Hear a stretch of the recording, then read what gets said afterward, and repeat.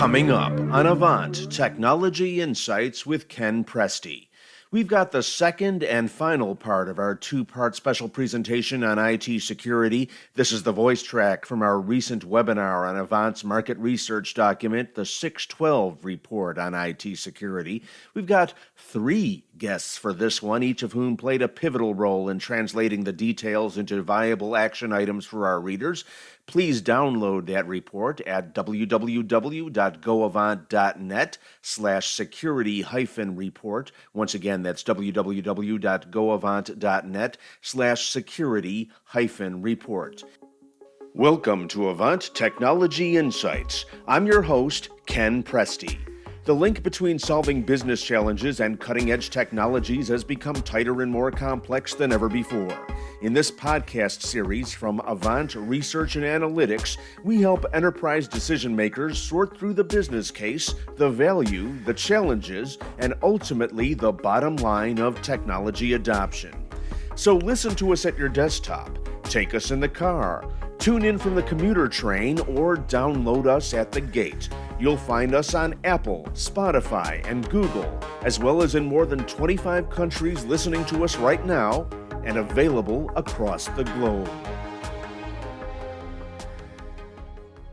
And please welcome an IT strategist and futurist focusing on the full gamut of security issues and other aspects of IT, including cyber warfare, advanced persistent threats, blockchain, AI, and a whole lot more. He's the Vice President of Technology at Masergy. Say hello to the always colorful Ray Watson. Next up is a former FBI agent who was once in charge of more than 400 special agents and support personnel conducting cyber investigations, surveillance operations, and crisis management. He's a graduate of the CISO Executive Program at Carnegie Mellon University and is now president of the Cyxtera Federal Group. Ladies and gentlemen, it's Leo Taddeo. And founder of 3 successful security startups resulting in acquisitions by WatchGuard, IBM, and AlertLogic. He's now Senior Vice President of Strategy and Security at AlertLogic. He is Jack Danahy. One other thing I want to touch upon in terms of some of the things that we've been seeing from the, in the 612 report was a lot of people were concerned about the fear of the unknown. What is it exactly that I forgot to factor into my security posture? What type of attack surface, what type of threat did I not think about when I needed to? So, gentlemen, I'm going to throw this out to any of the three of you who want to jump in on this. When you look at things like, a lot of people forget this particular aspect of it, what pops into your mind in terms of those forgotten aspects? Yeah, Ken, I guess I could go first, I guess. I'm going to tell you something that people are really not going to like, though. Lay it on me.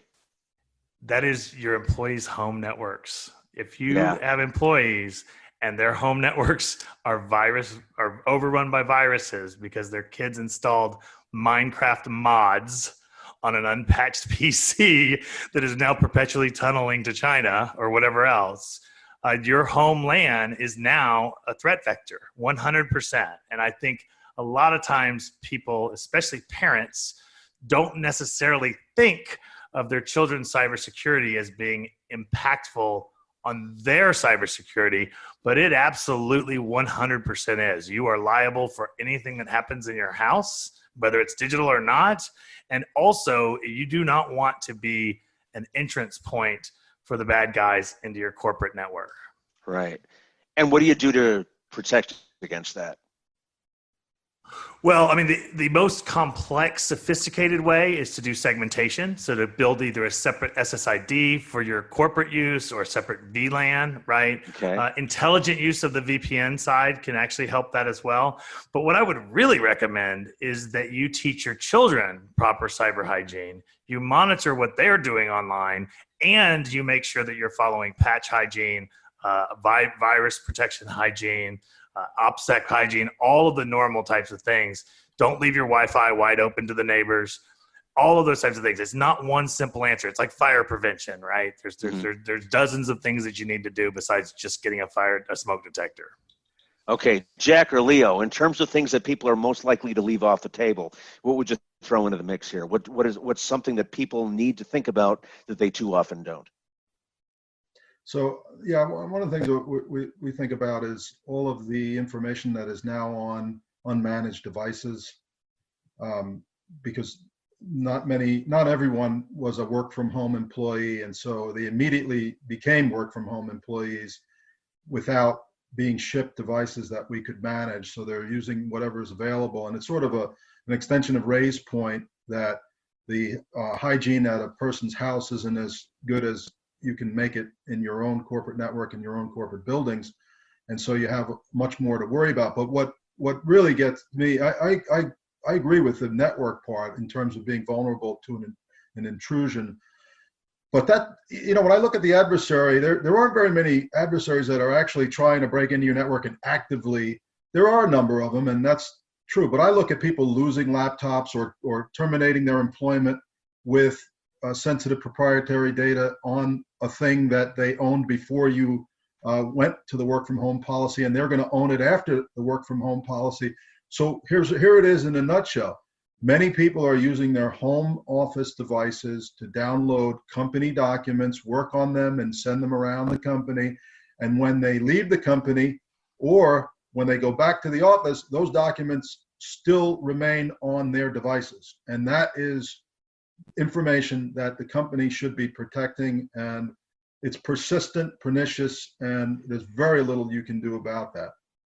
Yeah, I was just going to ask that because it seems like that's more of a policy thing. But there may not be anything that you can do technologically to prevent that from happening, other than, preventing people from accessing company documents on their machines. So something like a VDI solution that you can deploy quickly would leave the data on your servers. It doesn't stop someone from taking a screenshot or some other deliberate way of copying the information out of policy. Right, but you're talking about something where this isn't something that's been done on purpose. They in good faith, they downloaded this document and now they've used it, and now it's on their machine, their home machine, their personal machine, as opposed to somebody taking screenshots with bad intent, right? Right. No, absolutely. The employees are doing what we tell them to do, and that is work from home on devices that they have available to them. And that very instruction is creating the risk. So it's certainly not their fault. Yeah. So Ken, let me throw one thing at you. So one of the things I like about the 612 report is it reports back to us in the language that the people you talk to actually spoke in, right? And so there's one sort of glaring omission that worries me for a couple of reasons in our current scenario, right? There's a lot of discussion about vectors, things like ransomware, phishing, BC, whatever it is. Those are vectors. But the outcomes of the things I think that some people miss out on, and the one that I want to talk about just for a second is credential theft. Right, because I think that one of the things we look at when we see APT, we see long-lived attacks. We even see some attacks in the short run, like ransomware attacks, prior to showing you the ransomware screen will steal a bunch of credentials. I think in the modern scenario, those credential thefts are one of the biggest risks. Now, we could talk all day long about MFA, people doing multi-factor authentication. I don't know if everyone is ever going to do that, but what we do see as a reality, particularly among the less technical users, all of whom are now at home working, is that they do reuse. Even if they've listened to all the presentation, they've got security awareness, they've got super great passwords, they use the same one in multiple places or some minor variant of the same one in multiple places. So these attacks go off.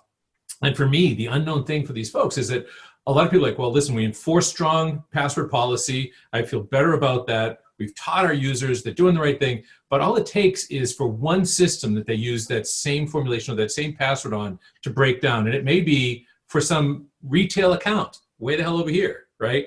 And if it gives insight into the way in which I can break into that corporate network, then all the beautiful things that we've done, right, to try to ensure that this will be a safer experience for the company, for the end user as they're working from home, gone. So I just encourage people to be thinking about that challenge, right? Whether it is trying to do UEBA to try and watch user behaviors, even do geographical analytics to see if you're seeing logins from places you're not expecting it. There are relatively simple things that one can do at the front end to try to watch for these bad things happening, because I think that the credential theft, especially the long-lived attack followed by credential theft, is a risk that a lot of people don't think about. They think about ransomware because frankly, ransomware punches you in the face. right? And everybody pretty much knows when they get punched in the face. But if somebody steals one credit card out of your wallet, copies it, and puts it back in your wallet, that thing can live for months before you recognize the misuse. So it's just an area I think that people should be thinking about in terms of the great unknown. You know, Jack, I want to thank you for bringing that up, and I have to say, you won the quote sweepstakes in the Security 612 report because you had said something, and I want to make sure that I get it as close as I can. You said the reason a sports car can go fast is because it has good brakes. And when you first said that, I had this nanosecond of, wait, what? And then as I thought about it for more than 5 seconds, it's, the security contributes to the safety, just like the brakes contribute to the safety. And because you've got that, people are more willing to take higher risks or to be able to leverage security as more of an asset. That was the point you were making at the time that we were doing that interview. You were saying that it's time to look past security as just something else that they have to buy, and look at it as a strategic asset that enables you to do other things. Exactly right. I couldn't say any better, so I'm not going to try. Well, I will tell you, just a quick confession. I love that analogy so much. I've been using it on podcasts. A more Sorry about sincere that, form of Jack. flattery, I don't know. That's beautiful. It is a really, really good analogy. And I was actually using it a little bit different because I've been to Japan when those bullet trains can travel a lot faster because of their brakes that are there. But I do want to circle back on what Jack just said about password reuse. So the reality is every single person on this webinar has somewhere between 40 and 60 passwords, right? 40 and 60. So it's easy for us to tell you to have unique ones. Unique, hard to guess, long with multiple characters. And by the way, we're going to make you change it every 90 days. That's just not going to work, okay? Right. The answer for individual users and possibly for corporate users is to get a password manager and a properly implemented multi-factor authentication solution. But not all companies have the wherewithal or the knowledge or whatever else to do that. In the very, very, very short run, at the very minimum, think to yourself, I just signed up for Zoom. It's asking me for a password. Do I give it a password that I gave Yahoo 3 years ago? Do I give it the password I gave LinkedIn 6 years ago? Because those are publicly accessible passwords. Those are out there, right? As a matter of fact, Microsoft and some other folks are now telling you when you type in the password, oh, by the way, that password's already been leaked and tied to you, right? Because it's such as public information. The fact that you need to use unique passwords is by far the most important thing. Even the Zoom hacks that happened last week or the week before were simply credential stuffing. People were just downloading known logins and passwords, et cetera. So the passwords is a real big problem, and I owe Jack a massive apology for plagiarizing his story about the brakes. Not at all. More people will hear it from you than from me, Ray. Thank you. One other thing I wanted to bring up that's in the 612 report and some of the research that we did around it is that preparedness for attacks varies a little bit by vertical market. The highest levels of risks were in business services and medical sectors. You guys think this is because they're more vulnerable, and if so, why? Or because they don't take it as seriously as they ought to? What would be behind a vertical vertical vulnerability in the security space? Well, if I could talk just for a second about why I think that healthcare gets a bad rap sometimes in terms of health, in terms of their security. Just think about healthcare over the last 100 years. It's all paper records, and access to those records in a timely fashion was super important to the doctor providing the care that they wanted to provide. Right, so the doctor looks at the records and she has what she needs to make the decisions she has to make. Well, the groups that ran that were largely awesome at paper. Right, they were awesome at filing, awesome at organization, awesome at getting it out. And what do? Fire all those people because now we're moving into IT? No, those same people come along and they learn as fast as they can. So we start off with a system that was not architected for IT, and it wasn't architected to be segmented the way the databases do with indexes and protections and authorization. It's like a blob, right? It's a blob of data. I'm sucking data in, it's a blob of data, right? Second thing, healthcare is very communal. Right? A doctor may visit multiple hospitals, have patients all over the place. Individual departments inside a hospital all have to communicate. So there is, by its nature, this pervasive connectivity to provide excellent health care. Third thing, what they do is friggin' hard. right? Healthcare is brutally, brutally hard. People get sick. Epidemiology changes daily. Treatment is life or death. These people are professionals at a thing that ain't what we do, right? So I've got three different reasons. I've got a legacy, which says blob of data. I've got teams that have to share that data in a way that is incredibly open and therefore very risky. And the third thing is this isn't their day job, right? So I think that we as an industry have to think about different ways to service the needs, particularly the healthcare community, because I don't want those people. I don't want those doctors going, oh, let me think about this. How do I implement 3-factor authentication on my iPad so I can treat Billy over here and Jane over there? Right? I don't want their brilliant minds occupied with the stuff that folks like Leo and I and Ray and you can do every day. I want them to trust other people to give them the answers they need to do it, because I think that there are some industries, healthcare, I think chief among them, who are so important to us, and it's unfair for us to say, I think you guys should be super geeks in cybersecurity as well.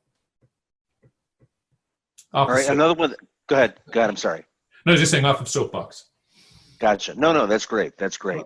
So Ken, let me add a little bit of insight into that.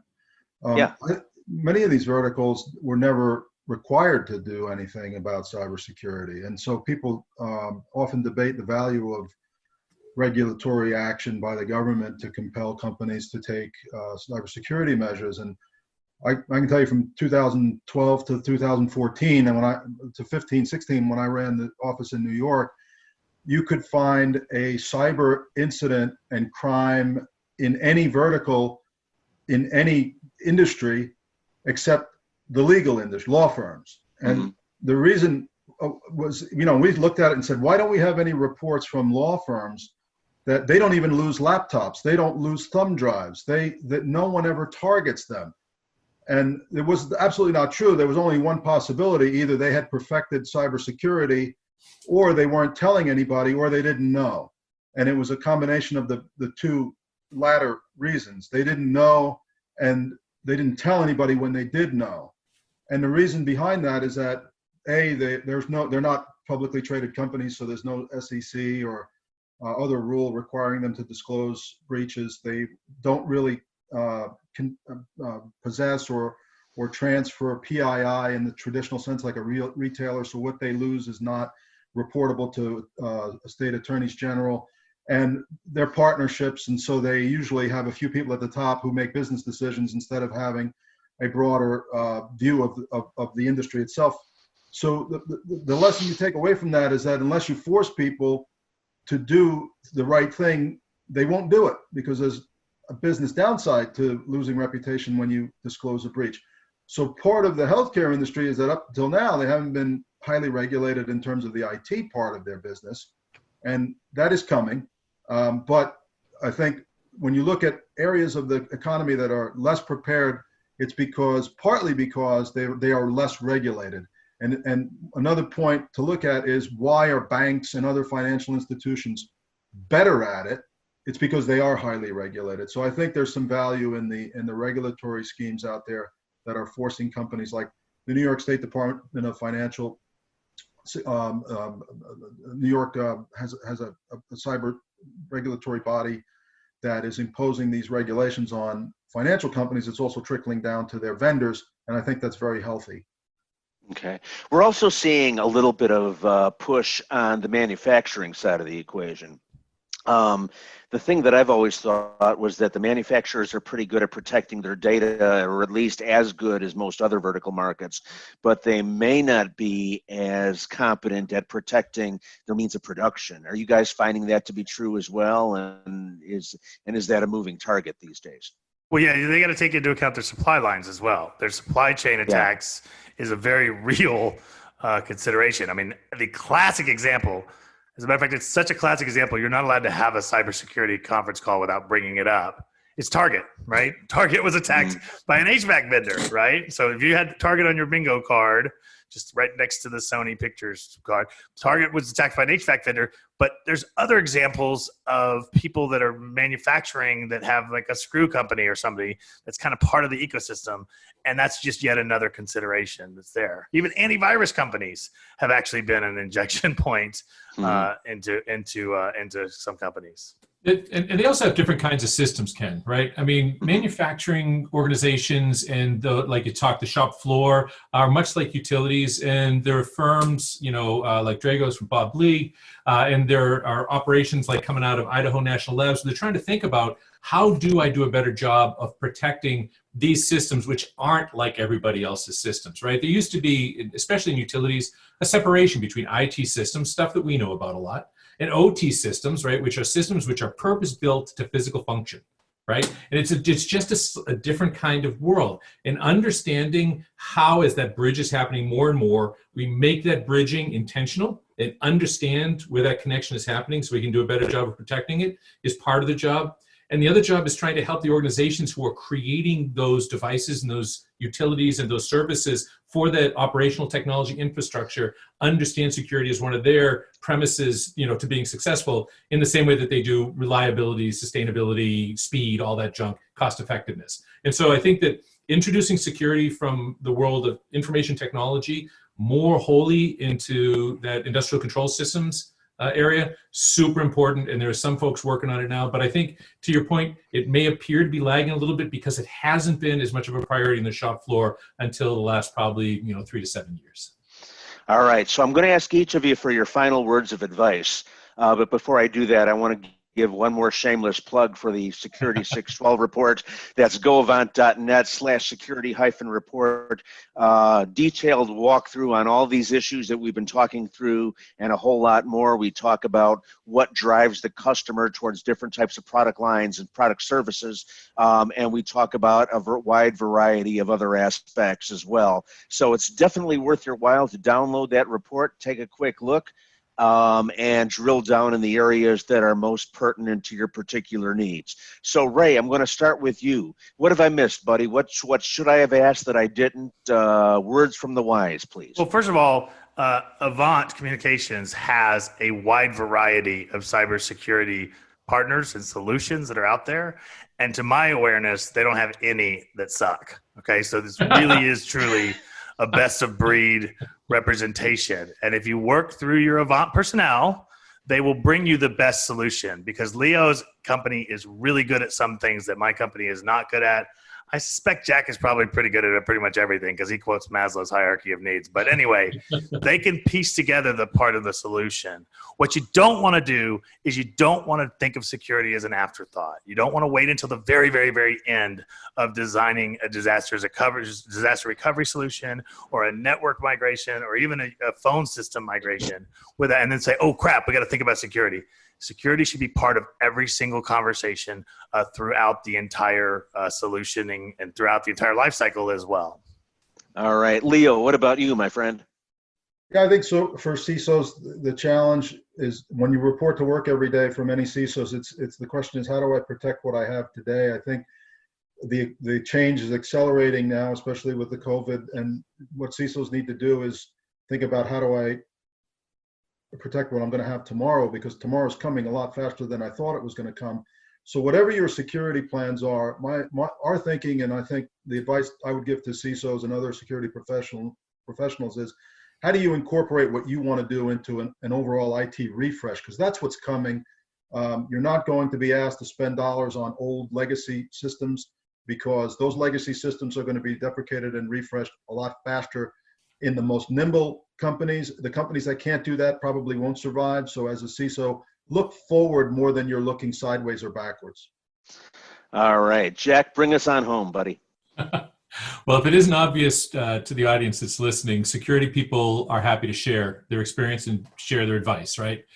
You're not alone in this. Sometimes security, because it oftentimes has some of that shame and blame that Ray mentioned earlier, you don't reach out and ask for help. But I can promise you that whether you look to your trusted advisors from Avant, or from Avant's partners, or from folks you know in the security community, go out and ask, right? Because it's very seldom that something you're going to see hasn't already been seen by somebody else, hasn't already been addressed by somebody else, hasn't already been experienced by somebody else. And there's no reason you have to take all the scar tissue on your own back, right? Learn from these folks, learn from these individuals who can give you advice, from these organizations who can give you some help, and really reach out and understand, so that you don't have to be making all the same mistakes yourself, and you can get the best protection based on people's experience who may be a lot broader, a lot more wide, a lot more years perhaps than you have. Excellent. Great advice from all three of you, gentlemen. I want to thank everyone for joining us today, especially our distinguished panel, Jack Danahy from AlertLogic, Leo Taddeo from Cyxtera, Ray Watson from Masergy. I'm Ken Presti. Glad to be on the same panel with all of these guys. I want to remind you to take a look at the podcasts and listen to them. They are on Google, Spotify, and Apple, and every place where your better podcasts are available, plus mine. Here's a quick look at what we've got in the IT security related space. Please feel free to take a look at those and all the others that are on there. We've got like 17 of them going right now. And by all means, feel free to subscribe. We thank you for joining us today. Please download the report. Let us know what your thoughts are. And thank you for joining us, and have a terrific and very productive week. You've been listening to Avant Technology Insights with Ken Presti, featuring information and opinions on how key technologies can be leveraged to solve business problems. Avant Technology Insights is a service of Avant Communications, an IT decision-making platform for next-generation technologies. All opinions expressed are those of the guests and the host. For more information, please visit www.goavant.net. That's www.goav as in victory, ant.net. For Avant Research and Analytics, this is Ken Presti.